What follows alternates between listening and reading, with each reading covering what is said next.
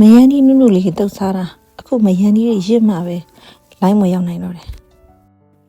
ဟယ်လိုနင်းနုရဲ့မိဘူးကနေပြန်လေကြိုဆိုလိုက်ပါတယ်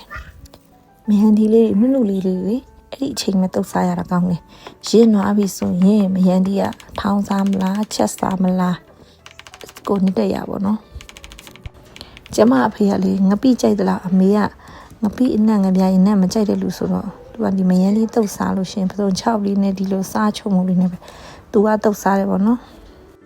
ကျမကွန်းကွန်းစိတ်လေးဟင်းချက်ပြီးဆိုရင်ဒီတိုင်းကိုမချက်ချင်ကိုစိတ်ကူးတက်ရတယ်အများနဲ့ရှောက်ကွန်တယ်အခုလဲပဲမုံလေးစမ်းထည့်ကြည့်လိုက်တာ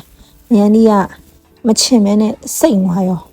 အခုလိုမယန်းလေးရင်ချင်ဆိုရင်တော့ပဲမုံထည့်တော့ရင်တော့ကွက်တီပဲနေပါနေမနေတဲ့ကလေးတွေတော်တော်များများလေအမေတန်းဆိုရင်လေအနည်းဆုံးထမင်းတအိုးနဲ့ပဲပုတ်ထောင်းအဲ့လိုရွက်ကြော်လေးတော့ချက်တက်နေပြီ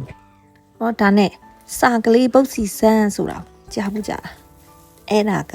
ကျမတို့ကလေးဘွားတော့ကလေးတွေမကြခဏလှုပ်စားတဲ့စားစရာတစ်မျိုးပေါ့ဒီလိုထူးဆန်းတဲ့နာမည်နဲ့